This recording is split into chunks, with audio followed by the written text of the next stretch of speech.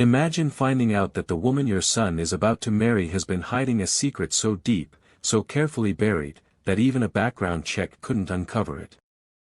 Now imagine you're the one who found it, while scrubbing her kitchen floor on your hands and knees. Before we dive deeper, let us know in the comments where you're watching from. We'd love to hear from you. And if you're new here, click on the subscribe button so you never miss any of our upcoming videos. Margaret Calloway was not the kind of woman you forgot easily. At 71 years old, she carried herself with the quiet confidence of someone who had built something real with her bare hands. She wasn't flashy. She didn't wear her wealth on her sleeve. She drove a modest sedan, wore sensible shoes, and kept her silver hair pinned back in a neat bun. If you passed her in a grocery store, you might think she was a retired schoolteacher, maybe a librarian. You would never guess that she was worth close to $400 million, and that her son, Daniel Calloway, had just announced his engagement to a woman Margaret had only met twice. Daniel was 36. He was smart, kind-hearted, and absolutely terrible at reading people. Margaret had watched him get hurt before, a college girlfriend who emptied his savings account, a business partner who tried to steal his company right out from under him. Every single time, Daniel had been the last person in the room to see it coming. So when he called her one Tuesday morning, his voice buzzing with excitement, telling her he'd proposed to a woman named Serena after only 8 months of dating, Margaret's stomach dropped. She loved her son more than anything on this earth. And that love was exactly why she couldn't just smile and send a gift card. Serena Voss was 29, stunning, and worked as a marketing consultant in Atlanta. She had a warm smile, perfect manners, and a way of making you feel like you were the most important person in the room. Daniel was completely gone for her. He talked about her the way people talk about a song they can't get out of their head. "Mom, she's different," he told Margaret. "She doesn't care about the money. She's never asked me for anything." Margaret had heard those words before. Not from Daniel, but from every other wealthy family she'd ever known who'd been blindsided by someone they trusted. She hired a private investigator first. That felt like the responsible thing to do. But after 3 weeks of digging, the investigator came back with almost nothing. Clean record. Decent credit. A normal upbringing in a small town in Tennessee. No red flags that could be documented on paper.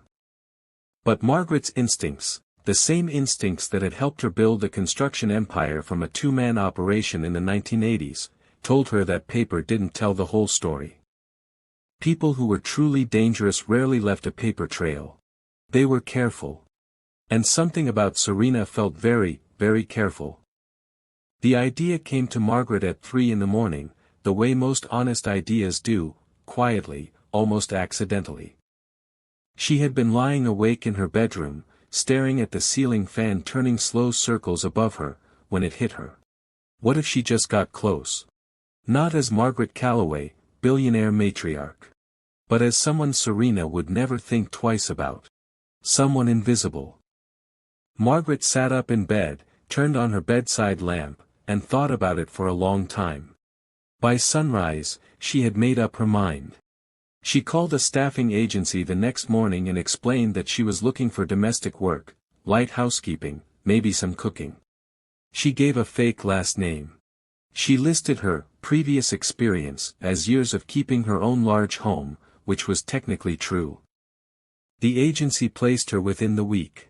And where they placed her was almost too perfect, Serena's townhouse in Buckhead, Atlanta, where she needed weekend help while her regular housekeeper recovered from surgery. Margaret packed a small bag, told her personal assistant she'd be out of contact for a few weeks, and drove 4 hours south. She introduced herself as Peggy. Just Peggy. She wore reading glasses she didn't need, kept her head down, and moved through Serena's home with the kind of quiet efficiency that made her invisible to people who weren't paying attention. And Serena, for all her charm, was not paying attention, not to the older woman wiping down her countertops, anyway. The first weekend was uneventful. Serena was polite, almost aggressively so. She said, "Thank you," when Margaret refilled her coffee. She left a generous tip in an envelope on the kitchen counter. On the surface, she was perfectly pleasant. But Margaret had cleaned enough houses in her lifetime to know that a home tells you things its owner would never say out loud. She noticed that Serena's bookshelf was perfectly arranged, too perfectly, like a stage set rather than a place someone actually read. She noticed the framed photos on the mantel, all of them featuring Serena in beautiful locations, none of them with family. She noticed that Serena's phone never left her hand, and that whenever it buzzed, she'd glance at it and then quietly leave the room. None of that was a crime. But it stayed in Margaret's mind like a splinter she couldn't quite reach. The second weekend, something changed. Daniel came to visit Serena on Saturday afternoon, and Margaret stayed in the kitchen while the two of them sat in the living room just around the corner. She wasn't trying to eavesdrop. But the townhouse was small, and voices carry. "I told my mom we'd do dinner next month," Daniel said. "She really wants to get to know you better." There was a pause. Then Serena said, "Of course. I want that too." Her voice was warm and easy. But then Daniel stepped away to take a phone call, and in the 30 seconds he was gone, Margaret heard something that made her hands go still on the dish she was washing. Serena muttered something under her breath. It was quiet, half to herself, the kind of thing people say when they think no one can hear. She said, "One dinner. I can do one dinner." It was the tone more than the words. Not nervous anticipation. Not the slight anxiety of wanting to impress someone important. It was the tone of someone checking off a box. Doing a task. Margaret set the dish down carefully, dried her hands on the towel, and stood there for a moment, her heart beating just a little faster than normal. Maybe it meant nothing. People said things like that all the time. But she couldn't unhear it. By the third weekend, Margaret had been accepted as part of the furniture. Serena stopped saying, "Thank you," quite so consistently. She left dishes in the sink overnight. She made phone calls in the kitchen without lowering her voice. And it was during one of those phone calls that the first real piece of the puzzle fell into Margaret's hands. She was in the laundry room, which shared a thin wall with the kitchen, folding a basket of linens, when she heard Serena's voice shift into a register she hadn't used before, lower, faster, more clipped. "I told you, Marcus, I handled it. He doesn't know anything. No, the timeline is fine. Everything is on schedule." Another pause, then, "Just trust me. 6 months, maybe 8. Then it's done." Margaret stood absolutely still, a folded pillowcase pressed to her chest. Her mind ran through every possible innocent explanation for what she'd just heard. A work project. A surprise party. A financial deal she hadn't mentioned. She ran through all of them, and then she sat down slowly on the edge of the dryer and let herself acknowledge what her gut had been telling her for 3 weeks. Something was wrong. She didn't know what yet. But something was very, very wrong. Can you imagine being a mother in that moment? Standing in a stranger's laundry room, holding someone's pillowcase, realizing that the woman your son loves might be planning something against him? What would you do? What would any of us do? She didn't confront Serena. That would have been the emotional response, and Margaret Calloway had not built a $400 million company on emotions. She went home that Sunday evening, sat at her kitchen table, and wrote down everything she had observed, dates, times, specific phrases, the name Marcus. Then she called her investigator and gave him a new lead. Focus on the name Marcus. Anyone connected to Serena from her past. Business, personal, anything. She also made one more decision that night. She would go back one more time. The fourth weekend was a Saturday in October. The air had turned cool, and Atlanta's trees were just beginning to blush with color. Margaret arrived at Serena's townhouse at 9 in the morning as usual, let herself in with the key Serena had given her, and began her work. Serena was still asleep. Margaret cleaned the kitchen, wiped down the bathrooms, and then moved into the guest bedroom to change the linens. The room smelled like cedar and something faintly floral. She stripped the bed, tucked in the new sheets, and as she pushed the mattress back into place against the wall, she heard something slide and fall on the other side. She moved the mattress forward and looked behind it. A small, brown accordion folder had slipped down between the mattress and the wall. It was the kind of thing you'd pick up at an office supply store for a few dollars. It was held shut with an elastic band. And it had almost certainly been placed there deliberately, tucked out of sight. Margaret stared at it for a long moment. She was not a woman who read other people's private documents. She had raised Daniel to respect privacy, to knock before entering, to never take what wasn't offered.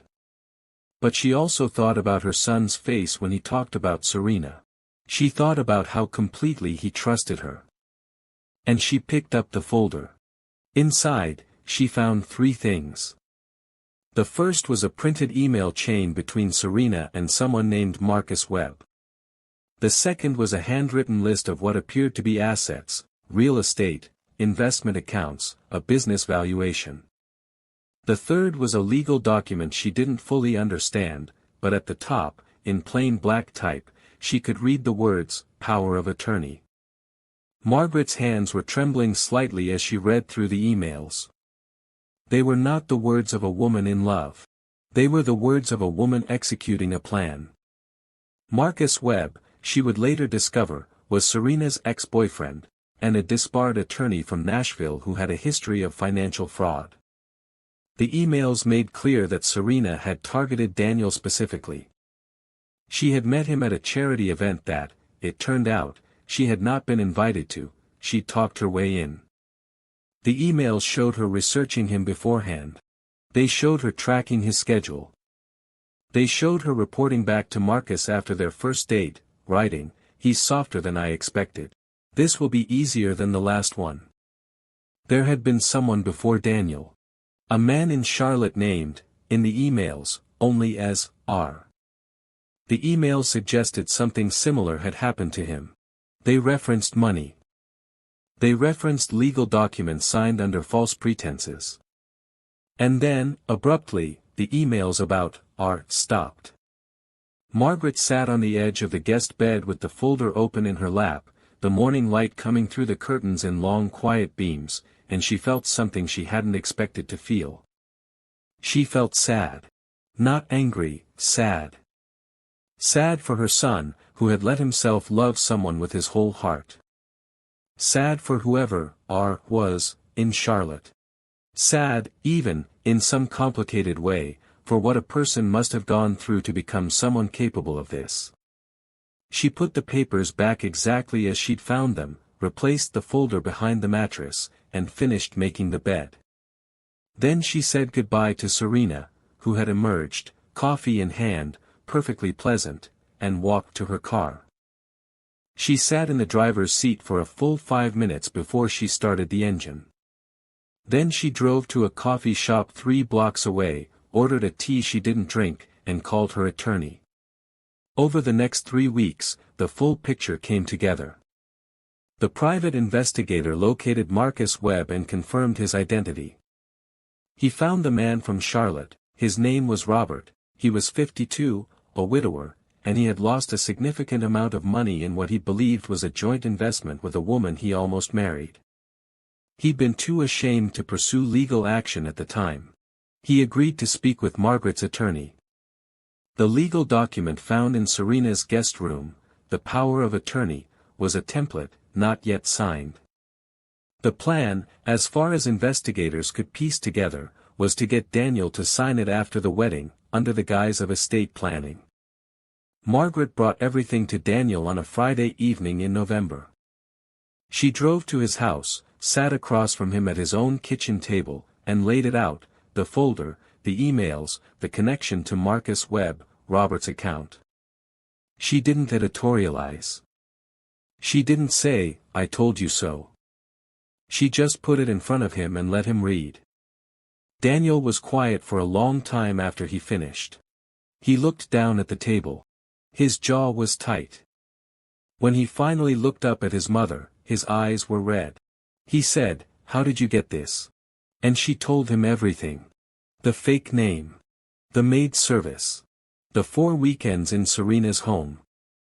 He didn't speak for almost 2 minutes. The kitchen clock ticked. Outside, a car passed on the street. Then he let out a long, slow breath and said, "You scrubbed her floors, Mom." It wasn't an accusation. It wasn't quite gratitude either. It was the voice of someone trying to absorb something too large to hold all at once. Margaret reached across the table and put her hand over his. She said, "I'd scrub every floor in Atlanta for you." And Daniel, 36 years old, a man who had built a software company worth hundreds of millions of dollars, put his face in his hands and cried. Not the polished, composed kind of crying that people do in public. The real kind. The kind that comes from somewhere deep, where love and betrayal sit right next to each other, and you can barely tell them apart. How would you feel sitting across from your own mother in that moment, realizing that the person you planned to spend your life with had been orchestrating your downfall from the very beginning? Think about that for a second. Think about how completely your world would tilt on its axis. Think about whether you would have the courage to face it, or whether you'd want to look away. Serena was confronted by Daniel's legal team the following Monday. She was presented with the evidence and told, quietly and firmly, that the engagement was over and that if she chose to pursue any legal claims against Daniel, the full scope of what investigators had found, including the connection to Robert's case in Charlotte, would be handed to the district attorney's office. She signed a non-disclosure agreement and left Atlanta within the month. Marcus Webb was later investigated as part of a broader fraud case that prosecutors had already been building. He was indicted 8 months later on multiple counts related to financial fraud across 3 states. Robert, the man from Charlotte, finally got a measure of justice he hadn't expected. Margaret's attorney connected him with a civil litigation team, and a settlement was reached that returned a portion of what he had lost. He called Margaret personally to thank her. She told him she was just a woman who'd been worried about her son. He laughed and said he wished someone had been worried about him in the same way. It was a small, quiet moment.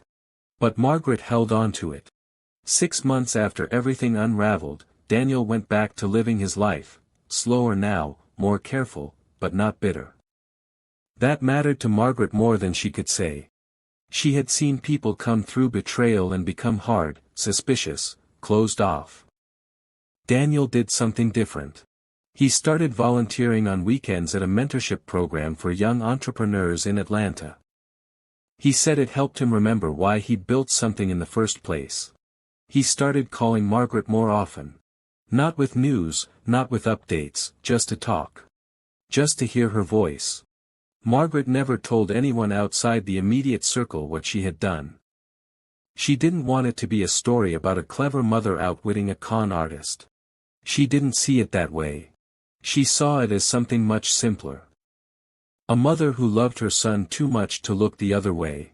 A woman who had learned, over 7 decades of life, that sometimes love means getting on your hands and knees and doing the uncomfortable thing, not because it's dramatic, but because it's necessary.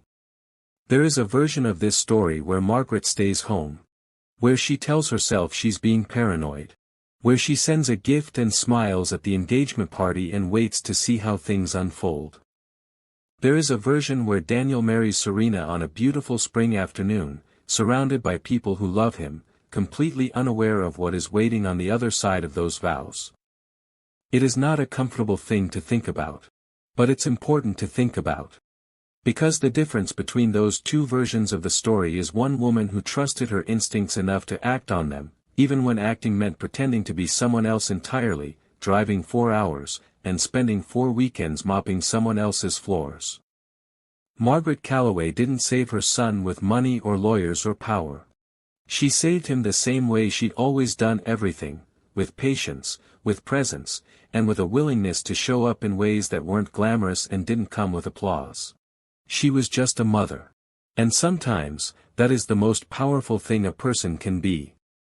If this story moved you, if it made you think about the people in your life who have quietly protected you in ways you might not have even noticed, take a moment and tell us in the comments. Tell us about someone who showed up for you when it counted. And ask yourself honestly, is there someone in your life right now who needs you to show up for them in the same way?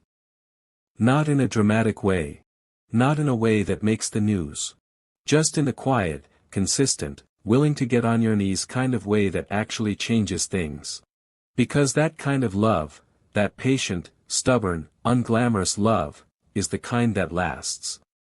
If you made it to the end of this video, thank you for watching. Drop a comment and let us know what you thought of Margaret's decision. Was she right to do what she did? Would you have done the same? We read every single comment. And if you haven't subscribed yet, now is a great time. We have more stories just like this one coming very soon.